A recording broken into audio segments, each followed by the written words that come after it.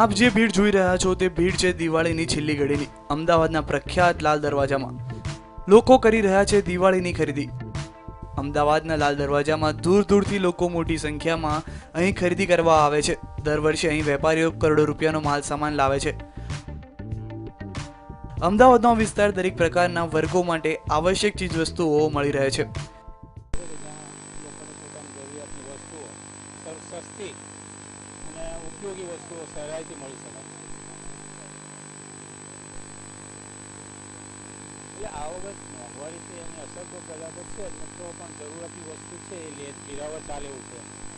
એટલે લોકો પૈસાની ભીડ હોવા છતાં પણ આવશ્યક વસ્તુઓ ખરીદે। વેપારીઓ પણ આ વર્ષની ખરીદીમાં ખોટ જવાની વાતો કરી રહ્યા છે। આ પાછળનું મુખ્ય કારણ તેઓ ભદ્ર પ્લાઝામાં નિર્માણ ન દર્શાવે છે। ભદ્ર પ્રોજેક્ટના લીધે લોકો ઓછી ખરીદી કરી રહ્યા છે। કારણ આ ભદ્ર પ્લાઝા બન્યો અને હિસાબે જે પબ્લિક આવે છે વ્હીકલ લઈને, અત્યારે સામાન્ય લેડીઝ પણ એક્ટિવા લઈને આવે છે। ખરીદી કરીને એમને જવામાં તકલીફ છે, ના રિક્ષા મળે, પોતાનું વાહન ના આવી શકે, તો લોકો આવવાનું શું કરી નાખે।